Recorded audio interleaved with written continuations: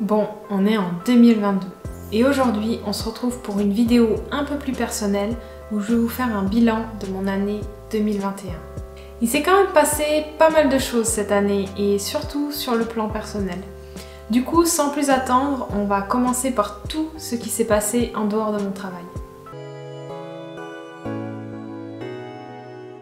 En février 2021, fan de l'application Notion, je décide de créer une formation sur Udemy, un peu sur un coup de tête. L'idée derrière ça, c'était de créer une chaîne YouTube. Je sentais que j'avais besoin de voir ce que c'était de filmer et surtout de faire du montage vidéo. Et en faisant une formation, je savais que j'avais un plan clair et bien défini à suivre. Et tout ce qui me restait à faire, c'était juste de parler devant une caméra et d'expliquer ce logiciel que j'aimais tant. J'ai passé 2 semaines à écrire le plan et les différents chapitres, 1 mois environ à tourner et un autre mois à tout monter. Et je faisais ça généralement le soir et les week-ends à côté de mon boulot. Résultat des courses, je m'en suis plutôt pas trop mal sortie. À l'heure actuelle, les personnes qui suivent mon cours ont l'air de plutôt bien apprécier, en tout cas c'est les retours que j'ai eus. Ce qui est bien avec Udemy, c'est qu'on n'a pas besoin de chercher du trafic, c'est la plateforme qui se charge de promouvoir le contenu. Et après, comme vous le voyez, il y a des promotions tout le temps, donc ça rapporte quasiment rien pour le formateur, en tout cas avec une seule formation ça me rapporte quasi rien. Mais c'était surtout une super bonne expérience dans le fait de se filmer soi-même, de s'écouter à l'enregistrement, au montage et de publier tout ça. Entre-temps, ma vie personnelle se bouscule et je me sépare après 6 ans de relation. Alors pas mal de choses changent à ce moment-là. J'ai déménagé et désormais je vis plus proche de mon lieu de travail. J'apprécie énormément d'aller au travail à vélo, chose qui m'était jamais arrivée dans ma vie. Après une petite remise en question et passer la tristesse de ne plus être avec cette personne, je décide d'aller vers l'avant et je me promets de faire toutes ces choses que je m'étais promise de faire dans ma vie. Du coup, je me prends au mot et au même moment, je me fais tatouer. C'était quelque chose qui m'a toujours fait peur, mais à cet instant, j'ai senti que c'était le bon moment, le bon endroit et le bon motif. Et maintenant, ce tatouage, il sera toujours là pour me rappeler de ne rien regretter dans la vie. YouTube.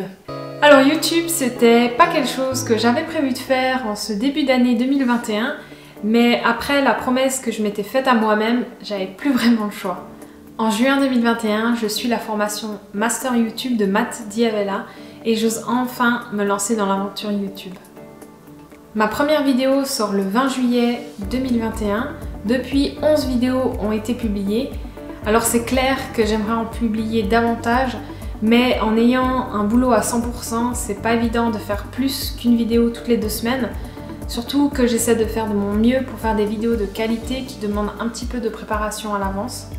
Désormais, les moments dans ma vie où je n'ai plus rien à faire n'existent plus parce qu'il y a toujours une prochaine vidéo à écrire, à filmer ou à tourner. Et j'avoue que cette face cachée de YouTube, de faire des vidéos tout le temps, ça peut être un petit peu dérangeant, en tout cas pour moi, parce que si un jour j'ai réellement fini tout ce que j'avais à faire, eh bien je peux pas m'empêcher de culpabiliser et de me dire que je pourrais toujours avancer sur la prochaine vidéo. Voilà, c'est quelque chose que j'essaie de changer en me fixant des objectifs à faire pendant la semaine assez courts. Et une fois que c'est terminé, il faut que j'apprenne à apprécier mon temps libre en ne voulant pas absolument continuer à avancer encore plus. Pour le moment, sur cette chaîne, j'ai parlé surtout de sujets qui me tenaient à cœur et qui font partie de mon quotidien, comme le minimalisme, la productivité et les finances personnelles. Mais pour le futur, voilà, je suis encore ouverte. Si vous avez des suggestions de contenu qui pourraient vous intéresser, n'hésitez pas à le partager dans les commentaires. Encore une fois, pour respecter ma promesse de n'avoir aucun regret, je décide de ne pas attendre et de planifier mon premier grand voyage à l'étranger en solo. À l'heure où vous regardez cette vidéo, je serai probablement en Thaïlande si tout va bien, après avoir passé la fin d'année à Singapour. Ce voyage était encore une de ces choses qui me faisait le plus peur. Partir aussi loin dans un pays où je parle absolument pas la langue, seule avec un sac à dos, c'était quelque chose que j'avais toujours voulu faire, mais j'avoue qu'avec le Covid, c'était l'excuse idéale pour ne pas affronter cette peur. Et dès que la Thaïlande a réouvert ses frontières, j'ai pris mon courage à 2 mains et j'ai réservé les billets pour 1 mois. Je pense que je vais aussi poster quelques-unes de mes aventures sur Instagram, donc n'hésitez pas à me suivre là-bas si ce n'est pas déjà fait. Chaque mois, je traque mes finances personnelles avec un modèle que je me suis créé sur mesure. C'est grâce à lui que je suis capable de vous donner des chiffres aussi précis en termes financiers. Donc si vous intéresse, c'est gratuit, n'hésitez pas et vous trouverez le lien en description. Mes objectifs financiers pour l'année 2021, c'était d'avoir un taux d'épargne annuel d'au moins 30%, de me créer un fonds d'urgence de 25 000 francs suisses et de générer 2 000 francs suisses de revenus complémentaires. Et je peux dire avec fierté que tous ces objectifs ont été atteints. Mon taux d'épargne annuel moyen est de 31,12%, légèrement au-dessus, mais ça passe. Voilà, je sais que j'aurais pu être beaucoup plus agressive concernant mon épargne en essayant de mettre davantage de côté tous les mois. Mais j'avoue que j'ai aussi envie de vivre un petit peu et de me faire plaisir au quotidien. Je sais que j'ai tendance à devenir très vite économe parfois, comme quand j'étais étudiante et que j'avais très peu d'argent. Maintenant que j'ai un salaire qui est régulier, je pense que c'est aussi important de se faire plaisir. Donc voilà, j'évite juste les dépenses inutiles, mais j'ai quand même des dépenses. En ce qui concerne mon fonds d'urgence, il couvre 6 mois de dépenses en Suisse, environ 4 000 francs suisses par mois. J'ai mis tout cet argent sur un compte épargne et il me permet de vivre plus sereinement, en tout cas si j'ai une grosse dépense à couvrir ou si je perds mon travail.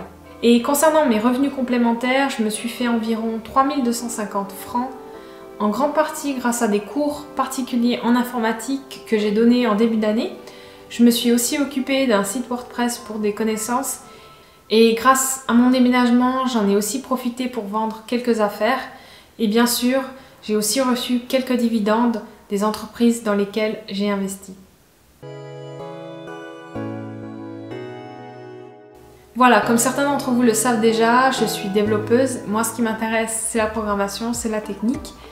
Et cette année, pour éviter de m'éparpiller dans trop de projets différents, j'ai tenté au maximum de rester focus pour progresser le mieux et le plus vite possible. C'est pourquoi, professionnellement, j'avais surtout un seul objectif. J'avoue que j'ai toujours eu ce syndrome de l'imposteur quand il s'agit de programmation et de développement. Et pour remédier à ça, je m'étais fixé comme objectif professionnel de monter en compétence dans ces deux technos, à savoir Python et Django pour les projets web. Rétrospectivement, je pense que je peux quand même dire que j'ai fait des progrès. J'ai eu la chance d'avoir un collègue qui m'a bien formée et après avoir travaillé sur 2 projets avec le framework Django, maintenant je me sens vraiment à l'aise pour gérer la partie back-end d'un projet en Django. Donc voilà, je suis plutôt contente à ce niveau-là. J'espère que je vais pouvoir continuer sur ces 2 technologies l'année prochaine et encore améliorer mon expertise. Comme je l'ai dit, à l'heure où vous regardez cette vidéo, je serai probablement en Thaïlande pour un voyage d'1 mois. J'en profiterai pour réfléchir à mes objectifs 2022. Donc si vous voulez être au courant de cette prochaine vidéo, n'oubliez pas de vous abonner. J'en profite aussi pour remercier les personnes qui prennent le temps de m'écrire dans les commentaires ou de m'écrire des longs emails. Ça me fait super plaisir de savoir que vous appréciez mon contenu et c'est ce qui me pousse aussi à continuer. Voilà, d'ici là, je vous souhaite une excellente année 2022 et je vous dis à bientôt pour la prochaine vidéo.